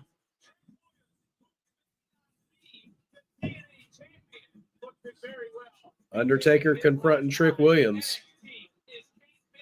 Well, this will be interesting. Justin says all the Ministry of Darkness and Kevin Thorne's character. Okay. That's a name I haven't heard in a while, Kevin Thorne. Who was the girl he had with him? Ariel? Was that her name? She don't get talked about much. And the LAX. Okay. LAX faction. All right, we get a recap of Briggs, Inamura, and Obafemi's breakdown. But we get in the NXT Championship triple threat next week. Here we go.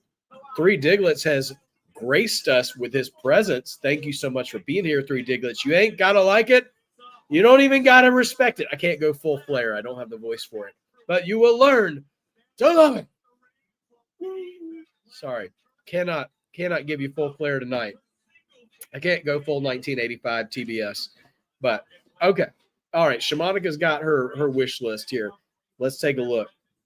You would want Mickey James, Joe Hendry.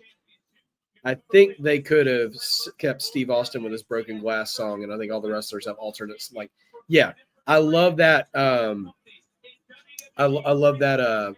I love the alternate attires thing. All right, Diglets.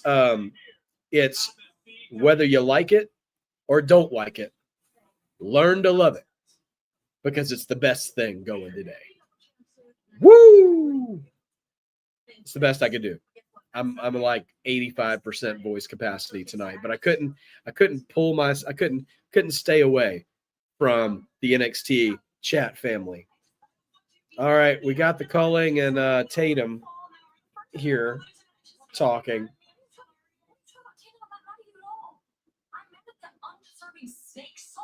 Still having the North American Championship. You were always been friends with ZaRuca Championship. No one's ever said that to me. And that's the problem. What are you suffering? You know what's the weird thing is that the Culling are heels and Izzy is a snake, but she's actually being legitimately nice to Tatum, though. She's actually being like attentive and thoughtful to Tatum. Now, granted, eventually this will probably reveal itself to be some sort of heel work. But, you know, that's just one of those things. Yeah. Oh, Diglets. Flair, you know, for all of the trouble that Flair has wrought upon himself in the year 2025, that man was gem after gem after gem in the 80s.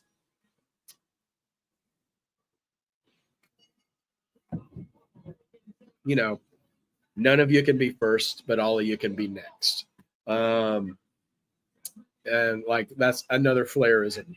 Anything I say that sounds remotely feisty and off color is not anything from my brain. I'll tell you that right now.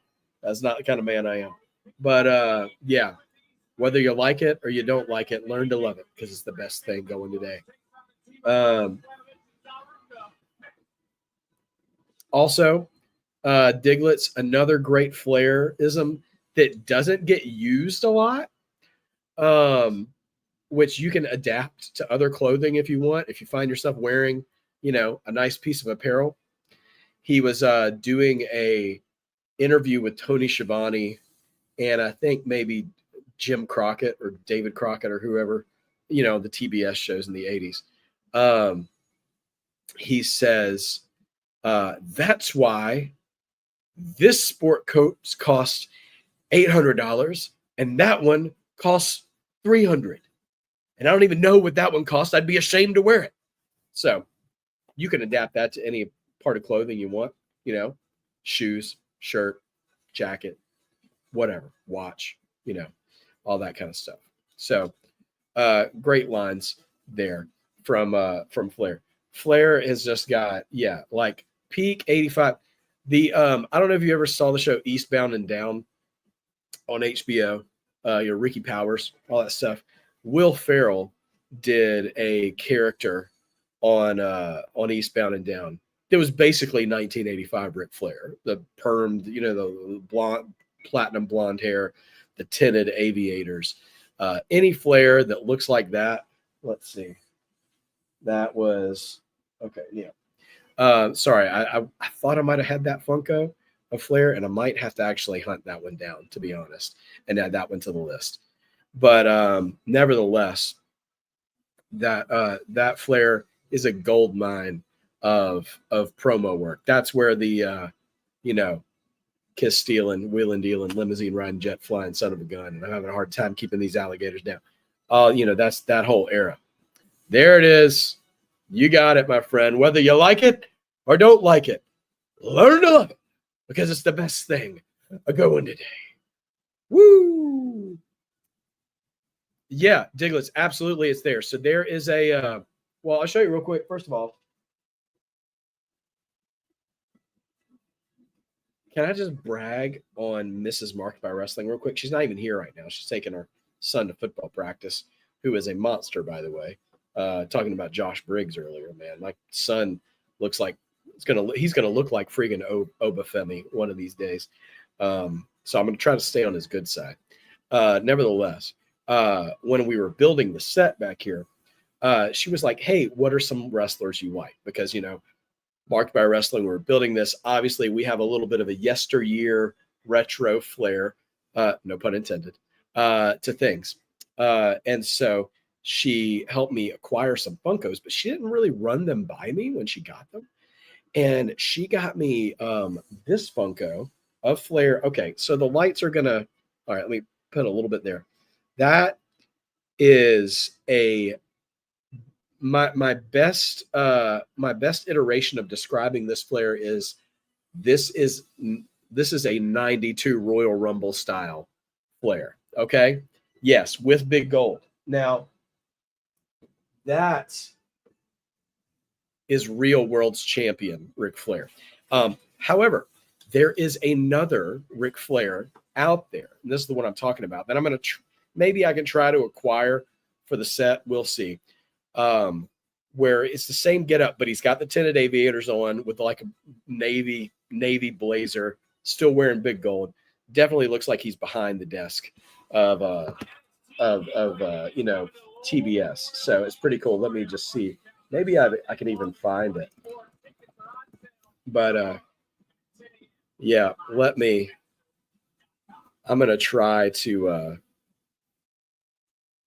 I'm actually going to try to upload it to just so I can tell you guys what I'm looking for.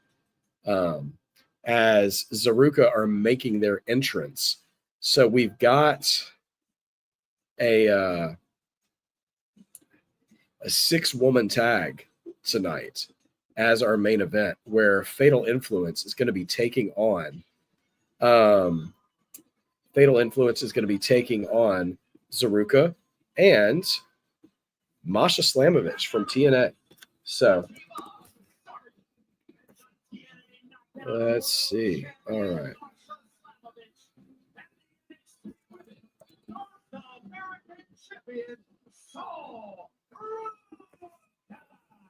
Yeah, right. Okay, exactly. I know what you're talking about, Diggles. So I'm gonna just share it with the rest of the team here, just so you guys know what I'm talking about here. So I'm going to be looking for that one of these days.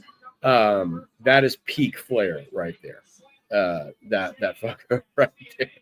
So yeah, that's definitely what I'm looking for. So we'll see as it comes. Oh, Lexus King is in the crowd wearing noise canceling headphones, it seems.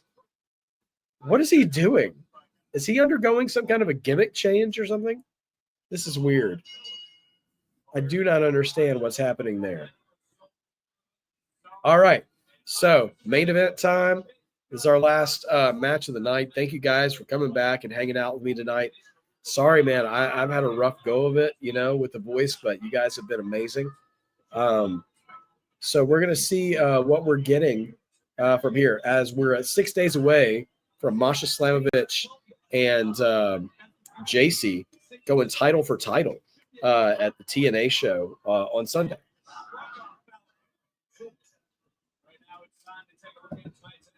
So we could end up with JC Jane being JC2 belts, which I got to say, while you're here, Three Diglets, it only because you're here did I think about this. If JC wins that, though, how pissed would Mandy Rose be that JC Jane from Toxic Attraction is a real 2 belts champion?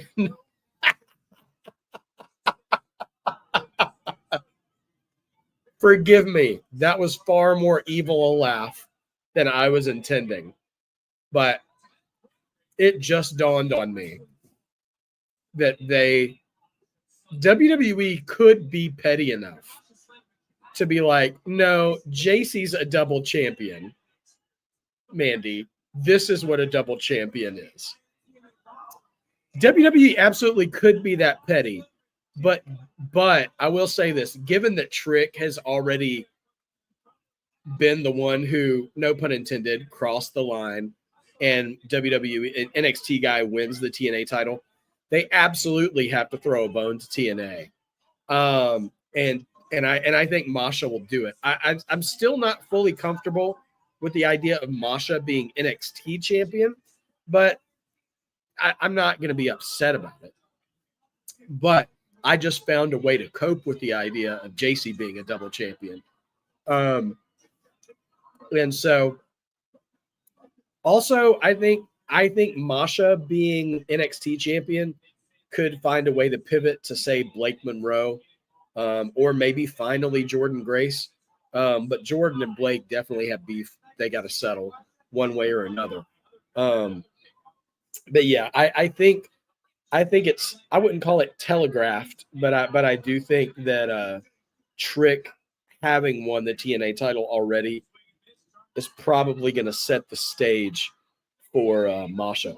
Well, see, Diglets, that's why I thought Grace was going to win on Sunday, because I thought Jordynne Grace would be the perfect double champion in this instance. Like, who better to both represent TNA and NXT at the same time than her?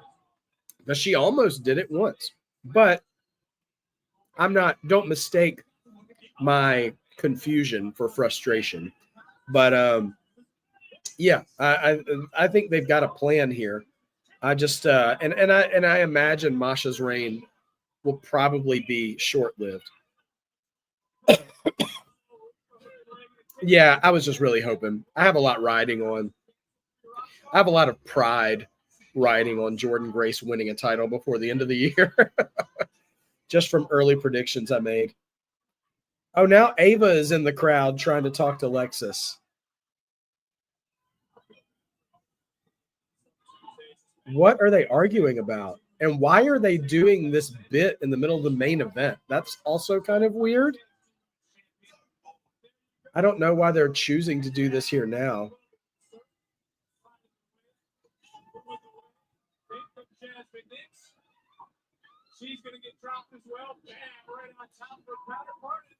Anyway, kind of standard 6-woman tag fair right now. Not bad.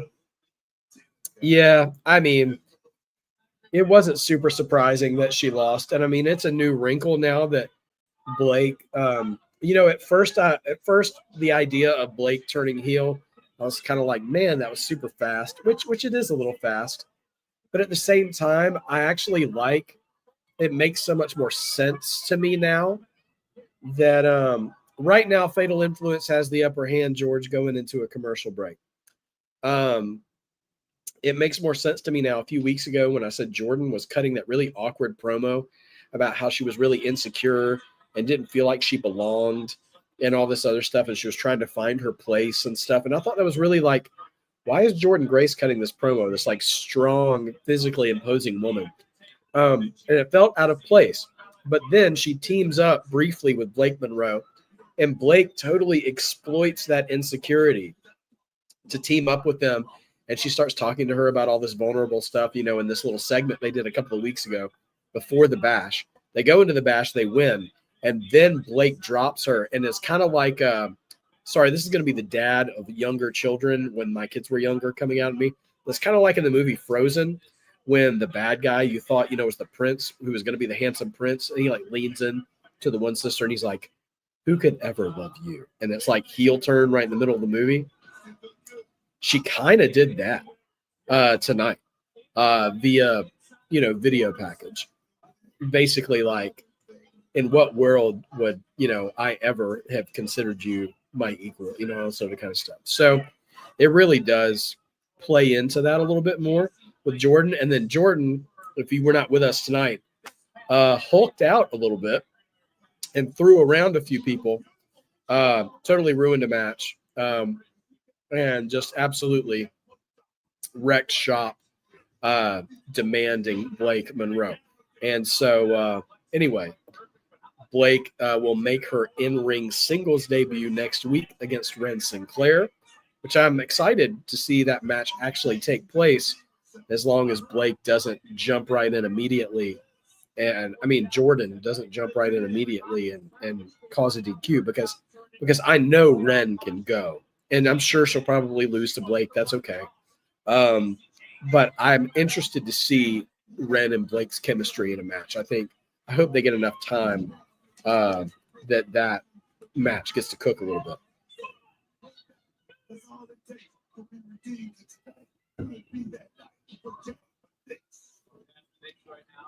Okay.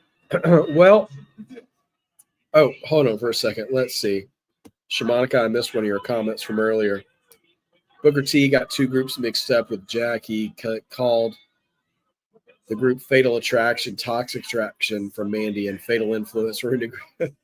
Well, you know what? Those groups are I wouldn't call them interchangeable, but they're so reminiscent of each other. It's easy to get mixed up. I mean, even Michael Cole was calling Candice LeRae Candice Michelle during Evolution. So, I can't quite blame him. George, match is going all right. They're on no, they're not on commercial. They're back on commercial now. Fatal Influence still kind of got the upper hand. ZaRuca is the one kind of taking a lot of the heat right now, but we'll see if she gets her tag in. Both Masha and Zarya really looking for that tag. Tyrell Breed, good to see you, sir. Thank you so much for coming by. Hope you're doing well. What are you playing these days? Fun fact, Tyrell Breed, out of nowhere, like I said before in earlier streams, I've taken many years off from gaming, and I'm making my way back through some older games. I'm almost about to complete the story mode of GTA 5. I had not touched that game in a decade, and finally just decided to dust it off. And when I've been sick the past couple of days, I just binged right through the story mode, and it's been a lot of fun. Surprisingly easier too than some of the other older Grand Theft Auto games, in my opinion. But that's not a criticism. I don't play games for difficulty anymore. I play them for story. You still think Fallon is going to cost JC, and that'll be the end of Fatal Influence? Yeah, they haven't really visited that tension in a while, George. It feels like they just dropped it, but I think you're right. I think it'll come back into play eventually.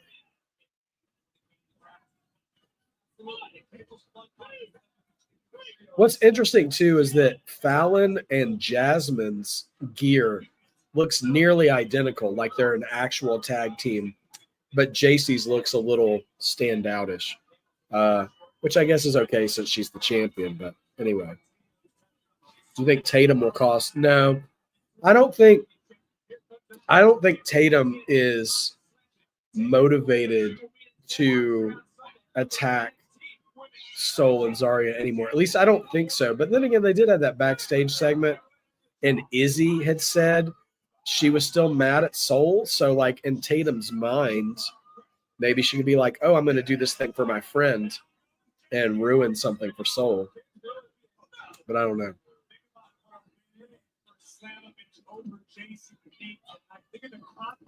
There is a part of me that wonders if the heels win this match to set up. I think it should set up. The heels winning would set up Masha winning on Sunday. Almost got it. I think go for the Death Wish because, yeah, actually, that's the one, Tyrell. I did pick the Death Wish. I just haven't done the mission yet. I started it, but then I had to turn off the game. So I have to go back and finish that mission. But yes, the Death Wish option was the one to do. I wasn't about to off one of those two guys. Not when they've been shorted on so many deals.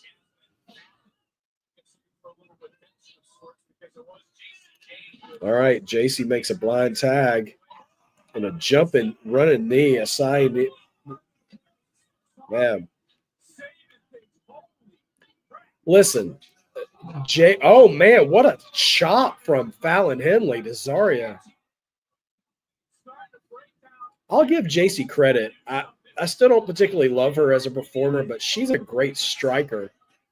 Oh, and Jasmine just gets speared out of her. Well, she didn't actually get speared out of anything. All right, Zarya is all fired up. She's alone in the ring.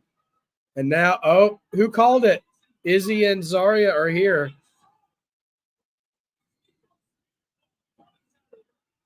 Oh, well, Sol and Zarya just take out Izzy and Tatum. And Hank and Tank are here to fight off the boys from the culling. Masha is now alone with the entire Fatal Influence. Well, Masha's either going to beat them 3-on-1 or the numbers game is going to get her. Masha's got JC alone in the ring. Is that her finish? I don't know what her finish is. Oh, boy. Guys, Masha just pinned JC clean in the middle of the ring when nobody else was around. Her team had already left. Guys, they might go there. They might go there on Sunday. And JC might end up being an actual double champion. Oh my gosh, are they that petty? Are they that petty? Three Diglets, you sing to my heart, dude. All the ring attires are so similar. I don't I don't mind an actual tag team like, say, Heart Foundation, Natural Disasters, Legion of Doom wearing matching gear. But when a faction, and I blame Damage Control. Damage Control was the first time I noticed it, where all those ladies were wearing gear. It wasn't about the color of the gear because none of the colors matched each other, but they all looked like they came out of a laser tag place. Like all wearing different neon colors, but it's all like the same. It's like all the same construction of gear, the same little two-piece action, you know? I don't know. I'm sorry I planted the seed, dude, but like it's wrestling math. It's wrestling math. She stood tall. She did not get jumped by Fatal Influence after the match, which why wouldn't they jump her? Because all three of them are still, woo, boy. I'm telling y'all, if JC ends up double check, dude, the corner of the internet that pays attention to TNA and NXT is going to implode. One, because JC Jane collects another belt. Two, because of my idea, the pettiness against Mandy Rose. Three, WWE bad, because they're taking everything from TNA in this partnership. Woo! Stay off Twitter if that's what happens. I'm going to have to be on Twitter, though, because I'm going to have to find out what happens to that show, because I don't pay money for pay-per-views. That doesn't mean I steal them. I just mean I don't pay for them, so I don't watch them. So I have to find out other ways to learn what happens. Nevertheless, it could be a no contest, George. We did discuss that earlier. That could be a possibility. But nevertheless, next Tuesday is going to be a huge show for NXT. They're booking a triple threat world title match. The Undertaker is going to be there. Blake Monroe debuts. Ricky Saints is taking on Jasper Troy. There's going to be a lot happening next Tuesday for NXT. So JC James showing up with two belts could be another thing that just really drives home because next Tuesday we will also know who is the double champion. So it's going to be wild. Oh yeah, Mandy was already mad about Stephanie, and she's going to be big mad now that they have elevated the last member of Toxic Attraction. But anyway, so we'll see what happens next Tuesday. This will be the place to be, my friends. If I can rehab my voice, I'll post up here on Friday too for SmackDown if I can, because we got to keep pumping up our numbers. We have passed 1,000 hours now, which we're thankful for, absolutely. But yeah, I'm gonna have to heal up if I'm gonna give you guys any kind of quality streaming. So thank you guys so much for being here. Drop your ratings if you haven't already. I'll give tonight maybe a 7.5. I think tonight was a bit of a hangover because it was such a rich weekend of wrestling all around. It really was. And so that was pretty. It was a pretty amazing weekend. And so yeah, some of the stuff tonight was a bit of a lull. It wasn't even for NXT. It wasn't like massive. But yeah, you know what? It was good. It was still good, and it also really set the table for next week being a huge week as well. Oh, Dawsey asked before we go, did I like Superman? Dawsey, I loved Superman. I won't say it's sorry, Tyrell just cracked me up with a GTA joke. Sorry.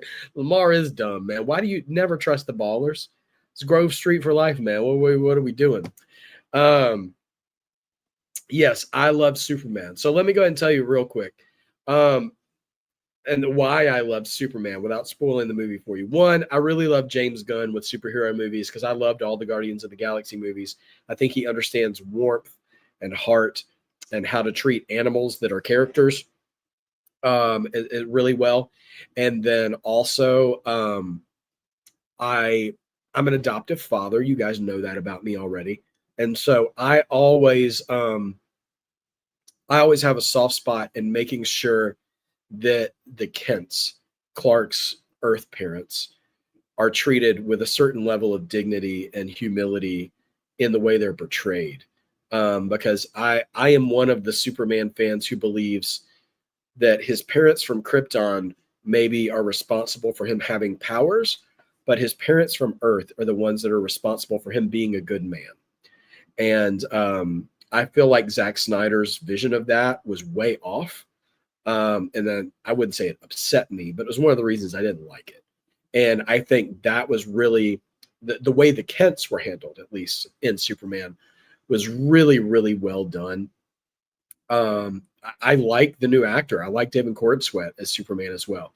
And all the whole cast, Luther, Lois, Mr. Terrific, dude.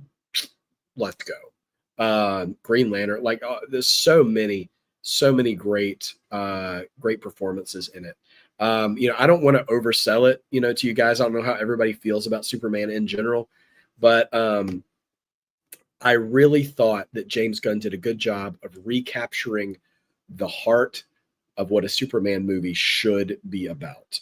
And not about politics, not about, a ton of different religious allegories, but he's, at the end of the day, Superman is an ideal. He is a superhero that we would all want to be. Not just because he has all the best powers, but because he does the right thing. He always finds a way to do the right thing.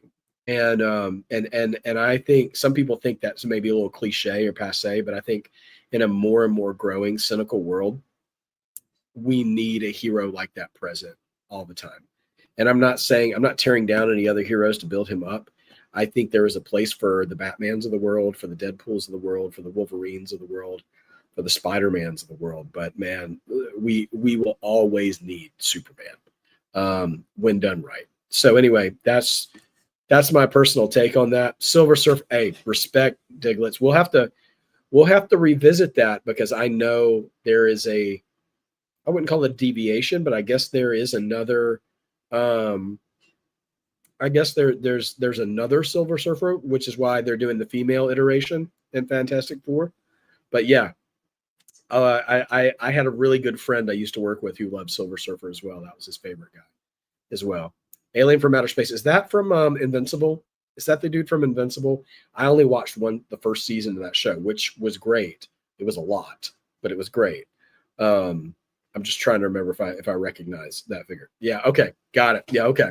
No, I mean, I enjoyed him too. I'm sure I might have to pick up Invincible again to get more about that. But anyway, you guys, thank you so much for leaving things. Tea with lemon and honey. Can like it or don't like it. I do need to learn to love it. Absolutely. Justin, thank you for the well wishes, man. I appreciate it. George, thank you so much. I hope you're landing on your feet, man, and doing well. And here we go. Yeah, tell me when I'm telling lies and I'm not. Thank you so much for putting me over, man. I'll always do my best to put all you guys over. Anthony, have a great night, my friend. Shamanica, I'm going to see Fantastic Four first before I start thinking about Doomsday, man. I do enjoy these big, huge level superhero movies, but I'm gonna have to gear up and get my conditioning up again to get ready for another Avengers movie. But we'll get there. I just saw Thunderbolts a couple of weeks ago, finally, and really enjoyed that too. I like that it was sort of a different pace, a different take, a different tone for a Marvel movie, at least. It was good. So anyway, yeah, once we get to Doomsday, I'll be ready for it. But nevertheless, thank you guys so much for rocking with me tonight. I'm going to go rest this voice. Be good on that, and I will see you guys hopefully by the end of the week. If I can't make it, I will most definitely be back right here next Tuesday to take on that massive Houston-sized NXT next week with a world title match and plenty of other good things on the plate. So we've come to the end of our stream. Thank you so much, guys, for being a part of it. I will learn to love it. I will learn to love it. All right, guys, don't ever be ashamed of being a mark. Don't be afraid to be a mark. Marking just means you believe. Believing is all that makes wrestling better. So you guys go make wrestling better. Go believe. I'll see you next week. If not Friday, check out the channel, and I'll see you guys soon. Take care.